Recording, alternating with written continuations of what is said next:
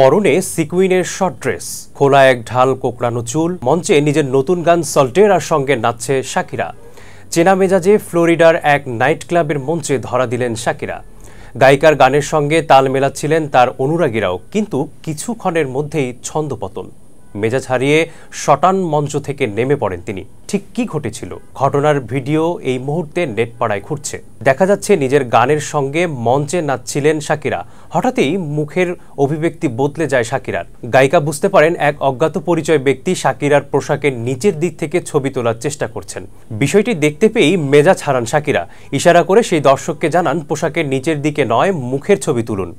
তারপরেই রেগে গিয়ে মঞ্চ থেকে নেমে পড়েন তিনি। মুহূর্তে ভাইরাল এই ভিডিও। নেটাগরিকারাও এই ঘটনার নিন্দায় সরব হন। কেউ লেখেন, এটা সত্যি খুব লজ্জাজনক ঘটনা। মানবিকতা কি বিসর্জন দিয়েছে এরা? আর একজনের মন্তব্য, শাকিরার মতো বড় শিল্পীও নিজের গানের সঙ্গে নাচতে পারবেন না, এটাও যৌন হেনস্থা। কি ছবি তোলার চেষ্টা করেছিল ওই ব্যক্তি? সত্যিই পুরুষদের কিছু বলার নেই।